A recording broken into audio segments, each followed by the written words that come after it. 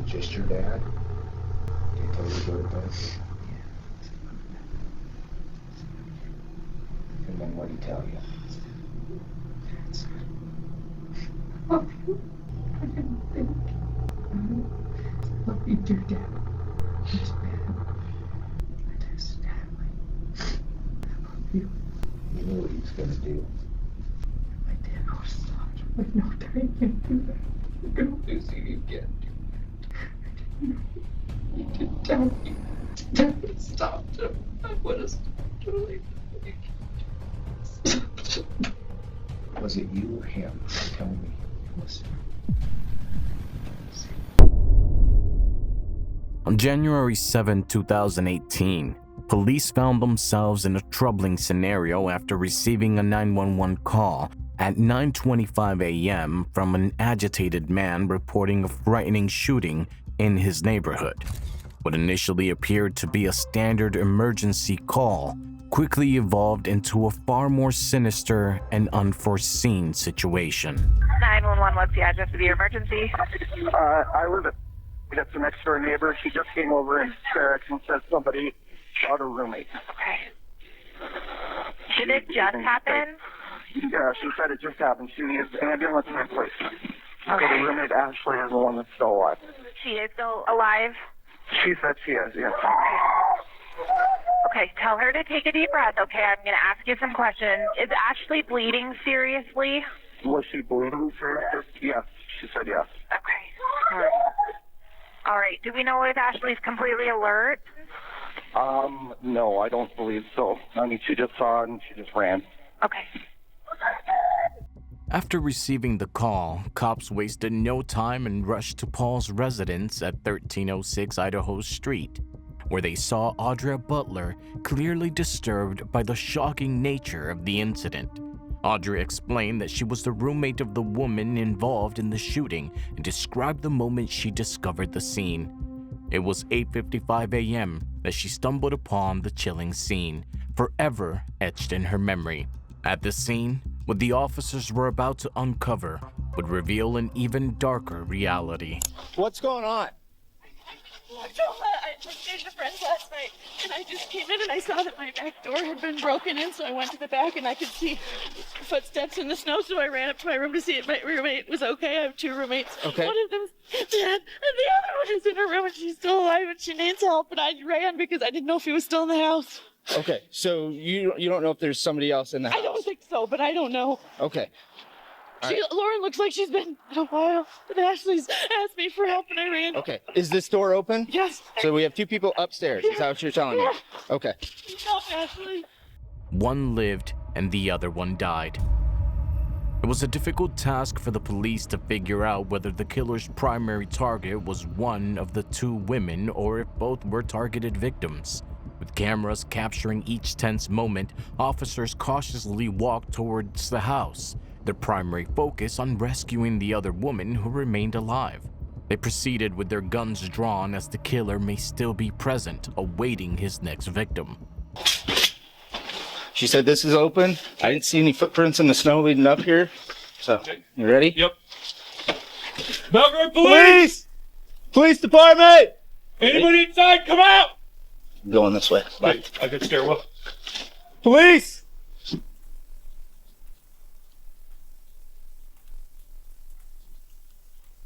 Son, 326. Kitchen clear. All right.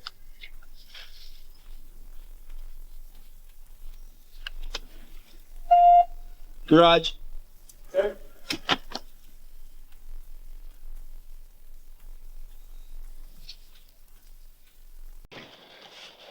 Five nine three 206.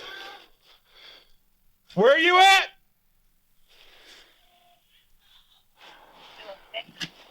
We're making entry right now. How many people are inside? We're making entry. How many people? Garage clear.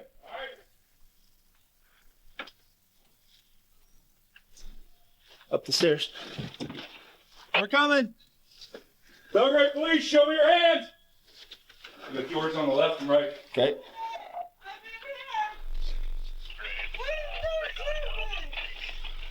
One panel down is the deceased. We've got cold and touch. Okay. Lividity? Okay. All right, let's back up. At first glance, everything inside the house looked fine. The living room, garage, and kitchen appeared untouched, revealing no evidence of any chaos or disarray. Yet, the officers were haunted by a persistent feeling of unease. As they moved further, their fears would soon prove to be legitimate. From upstairs, a chilling cry for help sent the officers running into action. The initial victim, as Audra verified, was her roommate, 30-year-old Lauren DeWise, who was now deceased. Lauren had suffered several gunshot wounds to the head, indicating a brutal and seemingly random assault. They went into the next room where a woman's voice continues to cry out for help. The danger wasn't over yet, and they needed to brace themselves for what lay ahead, something even more shocking. Police! Hey!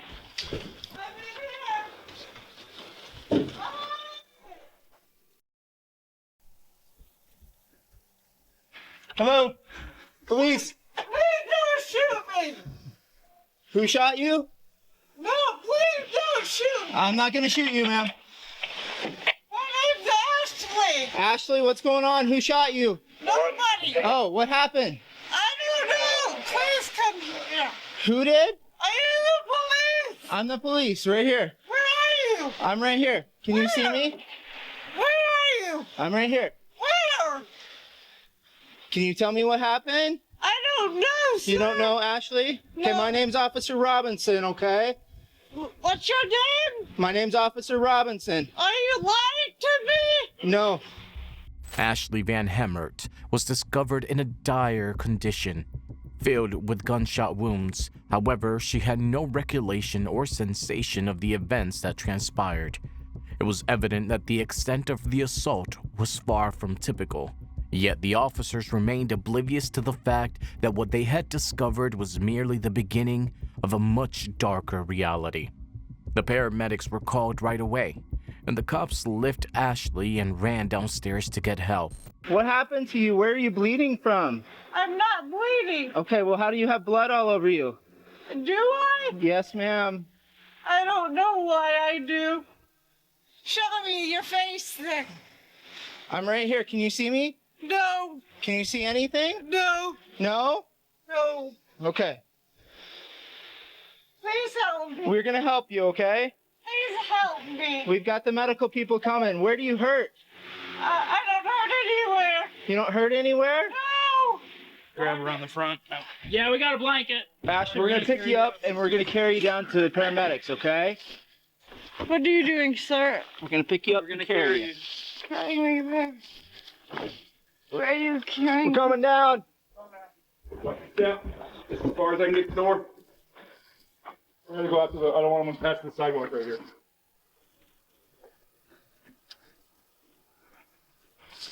Who's the most senior paramedic? While Ashley, despite her critical injuries, surprisingly stayed aware, the heartbreaking reality was that her roommate Lauren, who had just joined them the previous year in 2017, could not escape her fate. I was at the bank in the morning on Monday morning, and she had a 10 o'clock appointment. So I texted her, say, hey, your 10 o'clock is here. Let me know when you're going to be here. But there was no answer.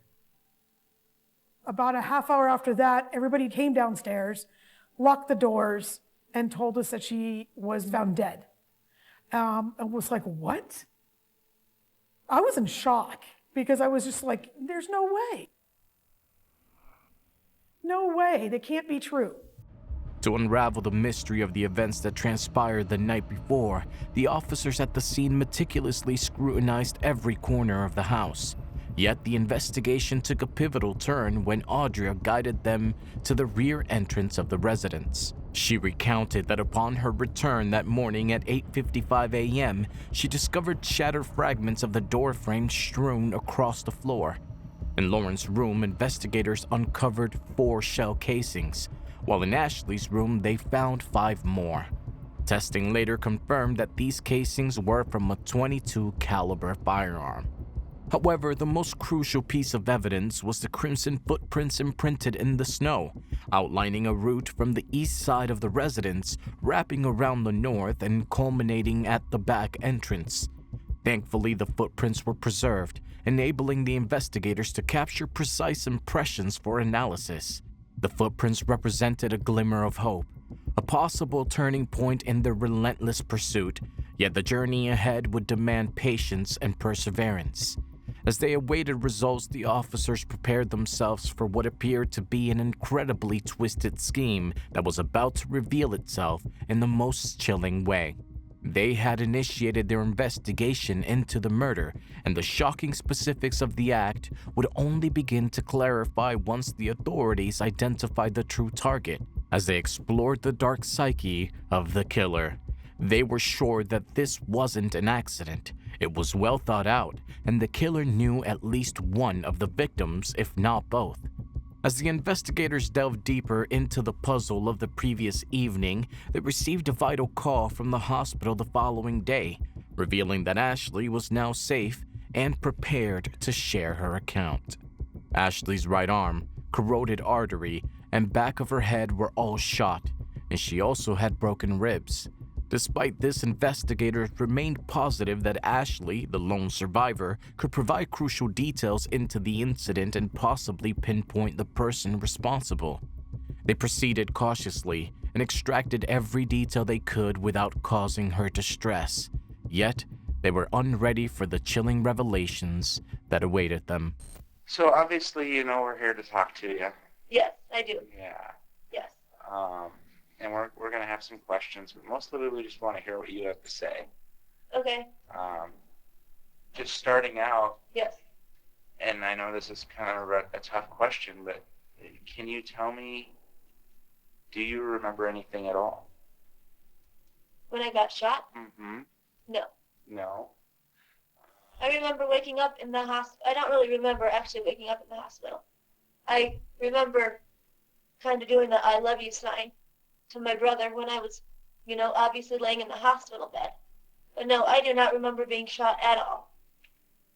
Or however many times they shot me. I think they got me in the shoulder, and I think in the elbow too. Obviously the head. Well, yeah, you're a lucky gal, but everything that I've heard so far is, you're a fighter. It's a miracle I'm alive. I thank God every day. For investigators, Ashley's inability to recall details posed a major challenge. They opted for a different strategy, trying to stimulate her recollection by detailing every action she took the night prior to the incident, in hopes of revealing any oddities that might surface. As Ashley started to remember that night, she revealed crucial information that might bring them closer to the murderer. So Saturday, this would have been before I got shot, obviously, the day before I got shot.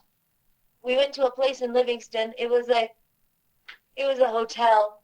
And you said Ralph drove you home? Yes, he did. Can you tell me, do you remember anything from the drive home?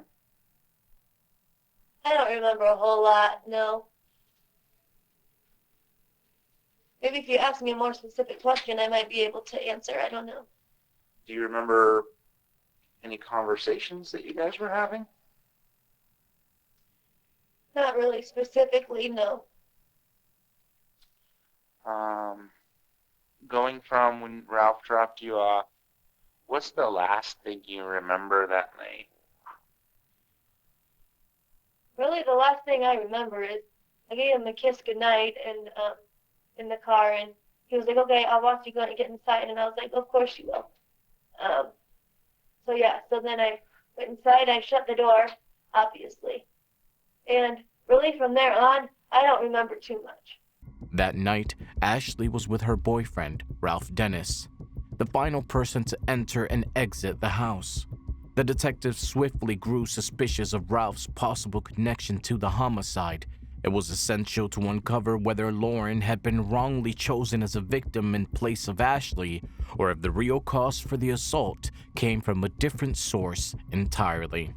The officers located Ralph at his home, intending to interrogate him. But their objective was not to comfort him. Instead, they aimed to establish a sense of panic.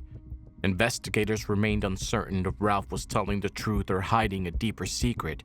In pursuit of the truth, they opted for a straightforward strategy, confronting him with the hard-hitting inquiries that lingered in the air, demanding answers that everyone was eager to hear. So, Ralph, I'm a detective with the sheriff's office, and I did some of the processing of the scene at the house. And so I have some information and I have some questions about stuff that I saw there. Understood.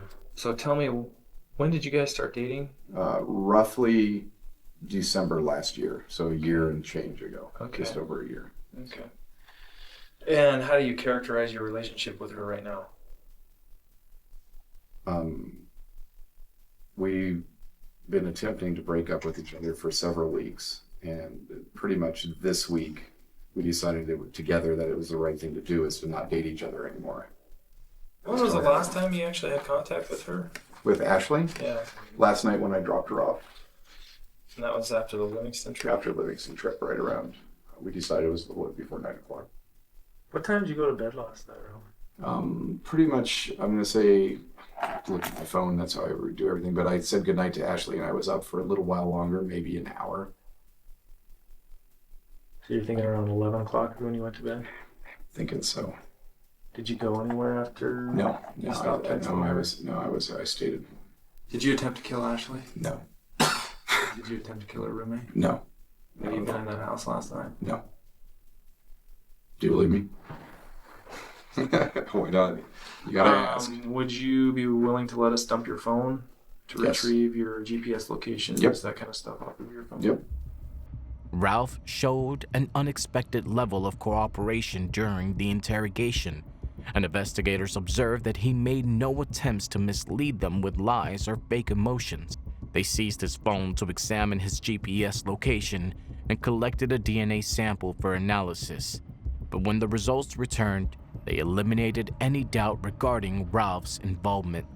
Even though he was the final individual to exit the residence that evening, the proof indicated he did not enter the home or assault anyone.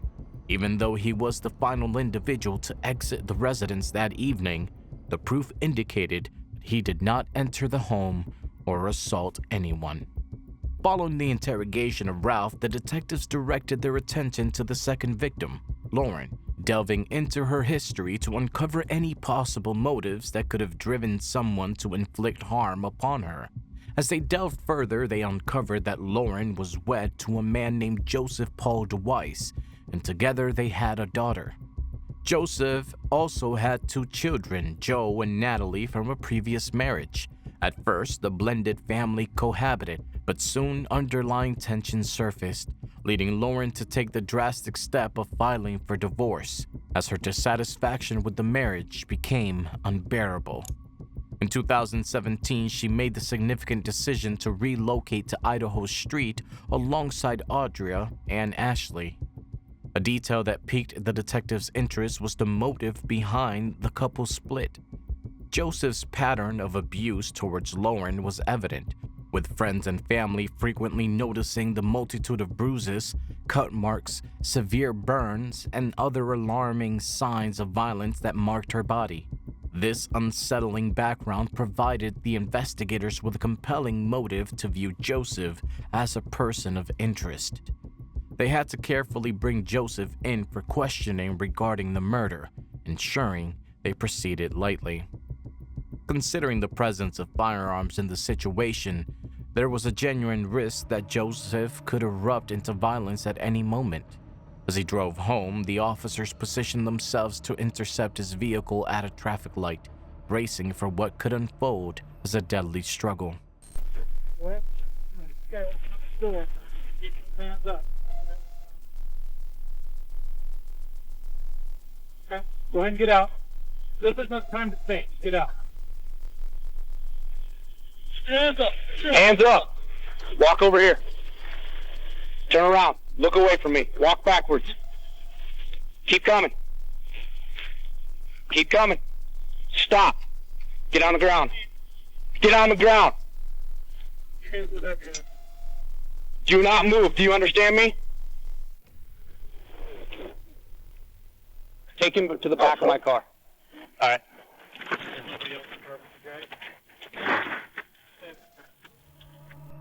Following the capture of Joseph, the officers secured him in their vehicle and transported him for interrogation. But this was bound to be a challenging encounter. So, the reason that I wanted to talk to you is there was some issues that happened over at Lauren's house this morning, and I just kind of wanted to touch base with you to see if you were over there at all, if kind of where you were this morning, that kind of thing. What happened? Well, someone broke into the back door of her place, and so we're trying to get all of the stuff together, and from what I understand, you guys were separated and working on a divorce, Okay. and that's kind of where we're at. Sure, right? Well, not really. She isn't.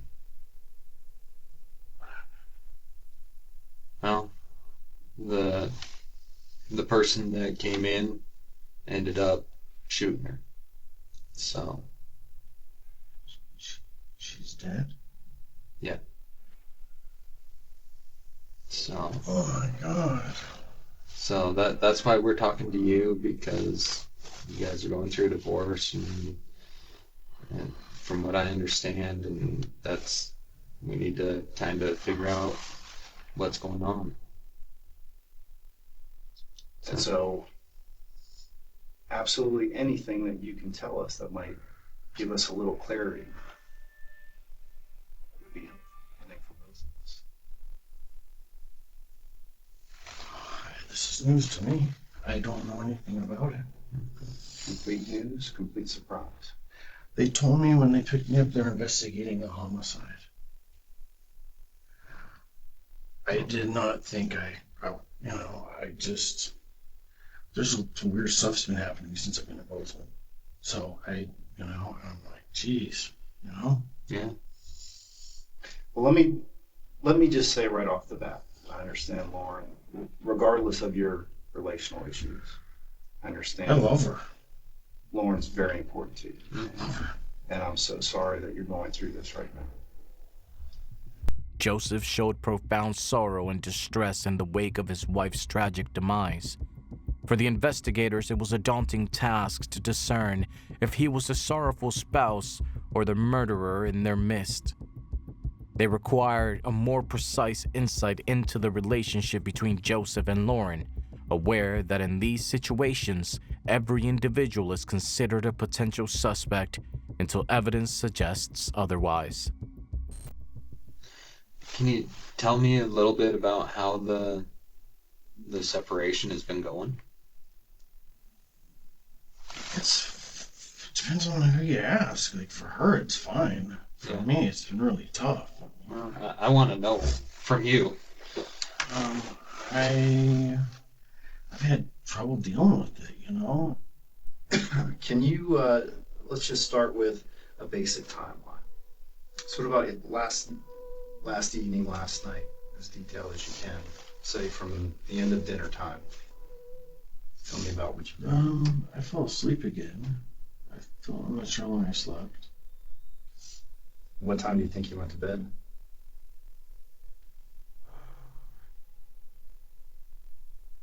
Gosh, it was late. Actually, it did go out. I went and got a 6-pack of beer around midnight at Town Hall. Probably went to bed around 2. And that was about midnight? You got a 6-pack of beer, right? Yep. Joseph provided an alibi, claiming that he was out with his son Joe on the night of the attack.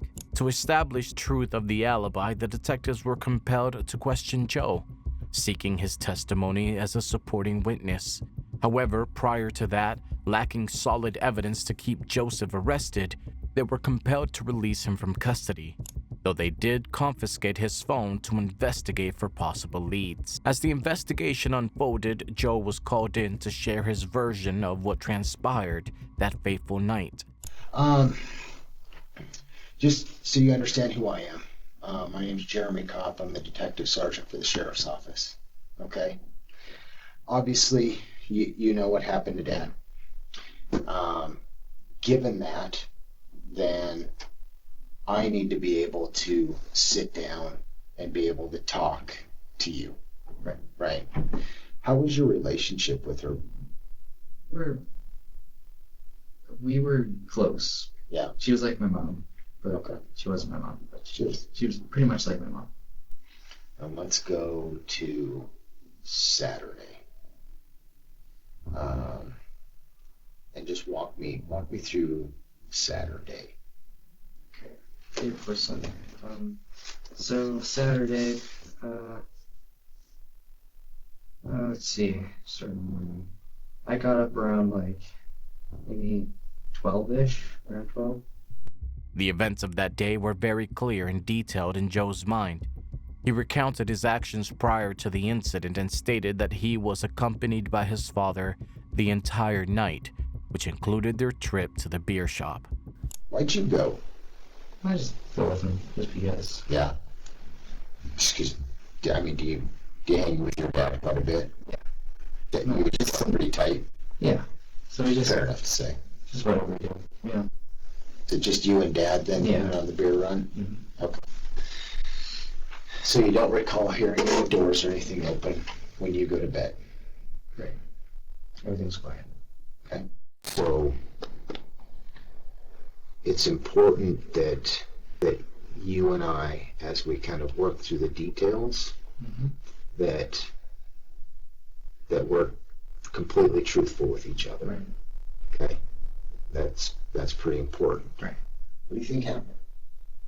She was in her home sleeping, and as I know from what my dad told me, it could have been drugs or whatever. I don't know.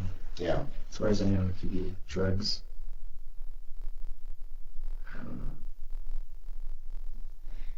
Who do you think could do something like that? I have no idea. No guesses. No guesses. I don't really remember, but. Yeah. And it couldn't be my dad. He was. The statements from Joseph and Joe aligned seamlessly, and the CCTV footage from the beer shop verified this, showing Joseph entering and exiting at the exact times, thereby validating his alibi. This evidence absolved him from any pressing doubts and redirected the attention to the ongoing inquiry. With Ralph and Joseph cleared, the detectives were left grappling with a puzzling mystery once again. They had to start over with the investigation, piecing together the sequence of events and inspecting each fragment of evidence again. Despite their efforts, they had uncovered no further fingerprints at the scene beyond those of the victims, deepening the mystery surrounding the case. The process was intense, but it didn't last long before the unsettling narrative began to reveal itself. A pivotal call from the forensic team reached the detectives, altering the course of the investigation entirely. Following thorough examination, they found that the image of the boot prints from the scene revealed not merely one, but two separate sets of footprints. This crucial piece of information indicated the possibility of two individuals being implicated in the murder. Additionally, one of the footprints stood out as being significantly smaller than its counterpart. This revelation hit the detectives hard, igniting a sense of urgency that propelled them into swift action. They recalled that Joseph and Joe had spent that night together, and Joe's footprints were notably smaller than his father's. Eyes narrowed on Joseph once more, but a careful approach was essential. Joseph had the uncanny ability to portray himself as a victim or make a swift escape from the country at the slightest hint of peril. Considering the circumstances, the detectives opted to summon Joe for an additional interview, aiming to draw out further information regarding the events of that fateful night, all while keeping their heightened suspicions under wraps. So yesterday, you and I kind of talked about the timeline and what everybody had done on Saturday, and we talked about that kind of in detail going into Sunday morning, the 7th, right? Okay. So, let's start with this. Joe remained unwavering in his narrative, reiterating the same version he had shared previously, but the interrogator picked up on an unsettling vibe. Joe appeared anxious, as though he was concealing a secret.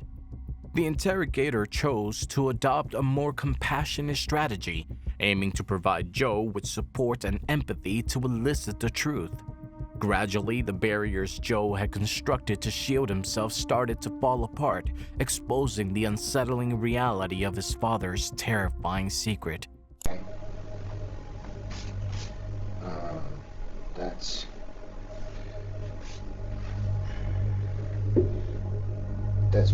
pretty accurate to what you told me yesterday.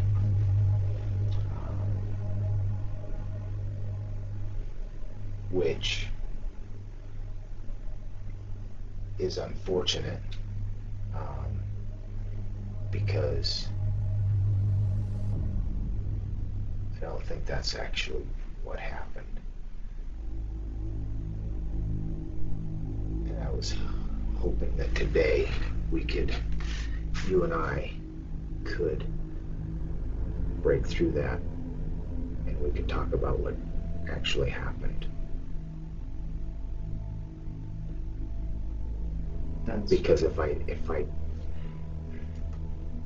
I can't get you to be honest with me, I can't help you. And I don't believe that you're being completely truthful with me. And I don't know exactly why. But I'm not willing to give up on you. I think that we can get through it. Okay? I know that this is really hard for you to sit here. I know it. I can see the weight on you. And the only way I can help is if you and I are honest with each other. I can't help. I can't do anything if you and I aren't honest with each other in here. Okay? Please. Please, son. Please. Okay. Was it just your dad? Come on, son. Did he tell you to go to bed? And then what did he tell you? Love you. I didn't think. I just love you, dear Dad. It's bad. I just, I love you.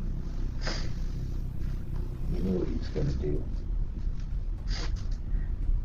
My dad was stopped. Like, no, Dad, you can't do that. I can only see you can't do that. I didn't know. You didn't tell me. Dad had stopped him. I would have stopped him.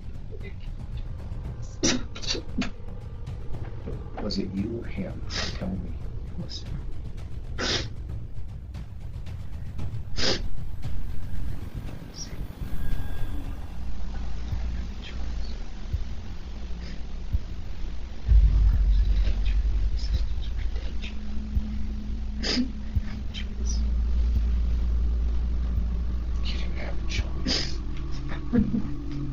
It was pain when he finally got to that point of releasing and he whispered the answer the first time.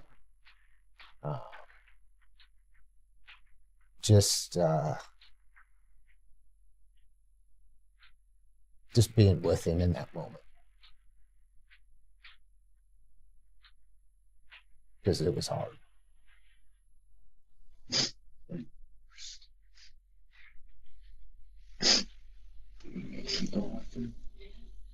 Joyce. I was afraid for my sisters. I know you were. I didn't have a choice. I had to. And then how far did you go back?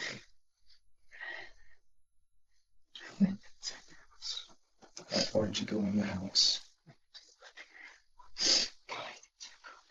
Could you see the stairs? Could you see the stairs? Yeah. Could you hear him? Yes. What'd you hear?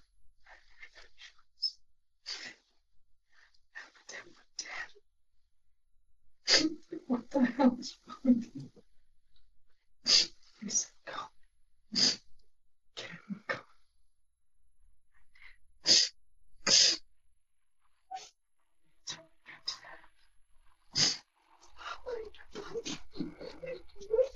Father,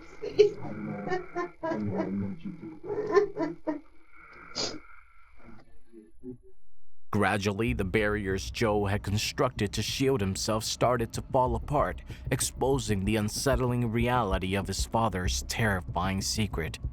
On the evening of January 6, Joseph abruptly instructed his son to prepare, indicating that they were about to leave the house. As they drove, Joe's heart raced with a growing sense of dread, realizing they were heading to Belgrade, where his stepmother resided in Idaho Street. His father had instructed him to leave his phone on the bed, a request that felt strangely peculiar. As Joseph parked the car a few houses down from Lauren's, an unsettling sense of dread washed over him. As the clock struck midnight, Joseph discreetly drew a small caliber, semi-automatic pistol from his waistband. He warned Joe that following the instructions was crucial for ensuring everything would turn out fine. Joseph passed Joe a set of plastic gloves and a mask, donning his own with a sense of purpose.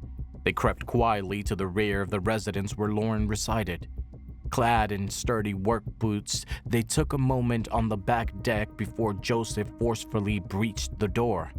After thoroughly inspecting all the rooms on the lower level, he ascended the staircase with Joe trailing closely behind, the tension visible in the air. With the pistol gripped tightly in his right hand, Joseph pushed open the bedroom door, flicked on the light, and sparked a barrage of gunfire at Ashley in mere seconds. He pushed open another bedroom door, this time shrouded in darkness, and Joe caught a chilling gasp that pierced the silence, quickly followed by the sharp crack of gunfire. They quickly hurried back to the vehicle and fled the area. Joseph made his way to a town pump, discreetly sliding the pistol into his waistband before entering. Meanwhile, Joe stayed in the car, battling nausea and focusing on calming his breath. When Joseph came back with a six-pack of beer, they set off for home. Upon arriving back at home, Joseph discarded the boots that could connect him to the offense. He instructed Joe to get rid of some outdated smoke grenades and .22 ammunition at Bozeman Bond Park, which the investigators later recovered. That night, Joseph meticulously guided his son on how to recount the evening's occurrences. He menaced Joe, cautioning him against implicating him and insisting that he maintained the narrative that they had been at home all night, glued to the television. Filled with dread for his sister, who had long been a victim of Joseph's cruelty, Joe complied, knowing the serious consequences that awaited him if he defied him. However, this was just the beginning, as investigators revealed even more unsettling information from Joseph's phone. A meticulous investigation uncovered a collection of threatening messages and audio recordings that exposed a toxic relationship between Joseph and Lauren. You've always told me that.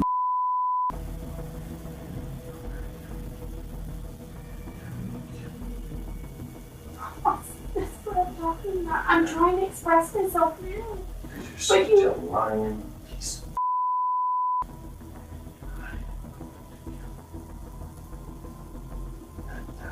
Are you serious? That's what I'm doing. I'm so tired of you looking at me like this innocent fake. Tell me, you won't let me know. I've done everything for you. I've given up everything for you. And the only thing you ever cried about is you. That's it. And you know what? I'm gonna. She's gonna happen. The investigation at Joseph's residence uncovered additional revealing evidence that connected him to the offense. Investigators uncovered .22 caliber ammunition and a magazine that corresponds with the firearm involved in the incidents. Ballistic tests revealed a chilling connection. The shell casings discovered at the scene of the incident were a perfect match for the ammunition seized from Joseph's home.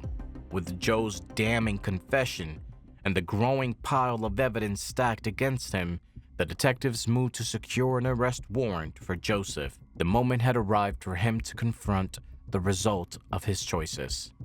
In the courtroom drama of 2018, both sides laid out their cases, yet the prosecution evidence loomed large, casting a shadow over the defense's claims. A total of 12 individuals took the stand. Their pain and fury directed at Joseph is visible. Every account revealed a darker and more chilling portrayal of Joseph's deeds and nature. And I actually started to talk to her, and as I walked closer to the threshold of the door, I saw that she was dead. Ashley was waiting for her. There was a lot of blood in her memory. She was awake. Her eyes were wide open. She said, "Please help me." I was shot in the back of the head. I was shot in the right carotid artery. And I know that I was shot on my right side as well. What's the next day that you can remember after going to bed? This is no, and this is yes. Honestly, it's like, I didn't know what was going to happen. I started getting a real bad feeling. Before we left the house, he told me to leave my phone on my bed. It was very odd. He opened the first door in the hallway. Then what happened? He had his pistol in his right hand, and he opened the door with his left. He stepped dressed into the room, past the threshold, and he turned on the light, and someone was in the room. Investigators also testified by showcasing the proof against Joseph. Can you tell from the records that have been provided when that firearm was purchased? Yes, according on his phone of an altercation between him, Lauren, and I believe both of the children. The defendant starts threatening her, threatening to kill her. He says very specifically, I think at least 5 times, I'm going to kill you. Despite the mounting evidence against him, Joseph took the stand, unwavering in his declaration of innocence as he repeated his version of the events.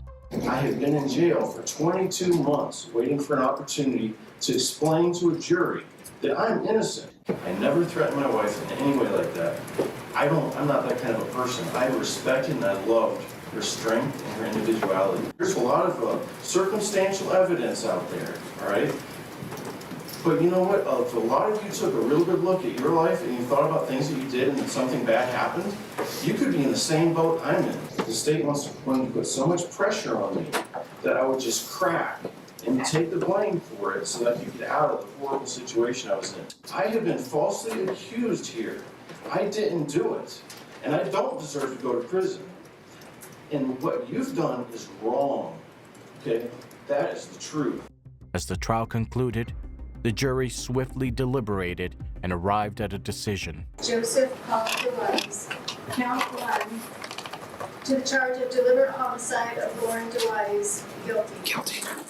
Joseph received a staggering 220-year prison sentence for the murder of Lauren and the attempted murder of Ashley, with no chance of ever being released.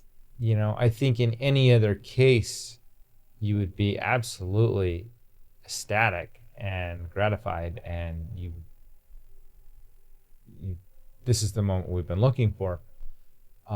Given the circumstances of this case, it was absolutely horrifying and heartbreaking.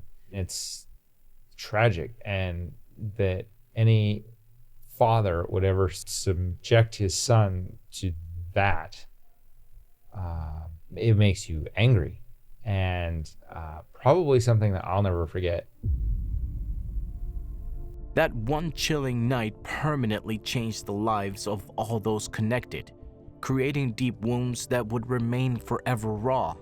Particularly Ashley, the one who endured the ordeal, was deeply affected, carrying scars that were both physical and emotional.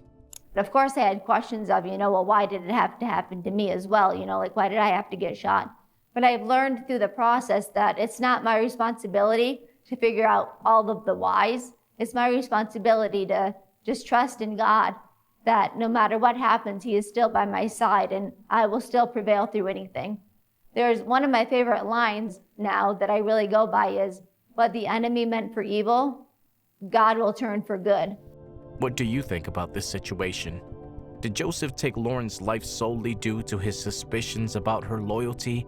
Or were there deeper, more concealed elements at play in this narrative? We eagerly await your response. If you have a case in mind that you'd like us to explore, feel free to share your suggestions in the comments section below.